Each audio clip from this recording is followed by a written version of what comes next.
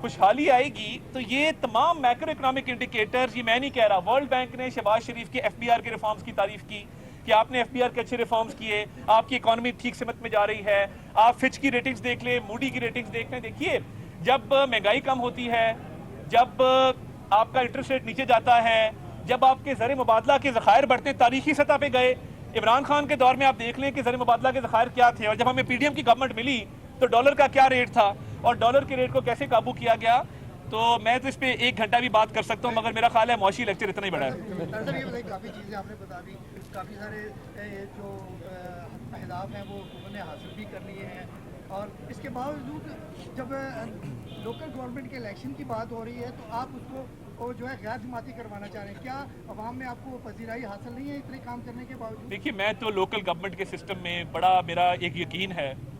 اور آپ کو پتہ ہے کہ پنجاب کے اندر میں آپ لوگوں کے ساتھ ہی تقریباً 10-12 سال ہم نے لوکل گورنمنٹ کے ساتھ مل کے کام کیا. اسی شہر کے اندر وائس چیئرمین کا بھی آپ کو احتجاج یاد ہوگا جو چیئرنگ کراس کے اوپر ہوا کرتا تھا، ہم نے جا کے ان کو منایا، 90 اشارہ پہ ان سے مذاکرات کیے. 250-300 وائس چیئرمین تھے جنہوں نے اپنے حقوق کی بات کی. تب ہم نے ترمیم کر کے وائس چیئرمین کو حقوق دلوائے، ان کو ہاؤس کا اسپیکر ڈکلیئر کیا ہر سطح کے اوپر، ضلع کونسل کی سطح کے اوپر، میٹروپولیٹن کارپوریشن کی سطح کے اوپر، یونین کونسل کی سطح کے اوپر.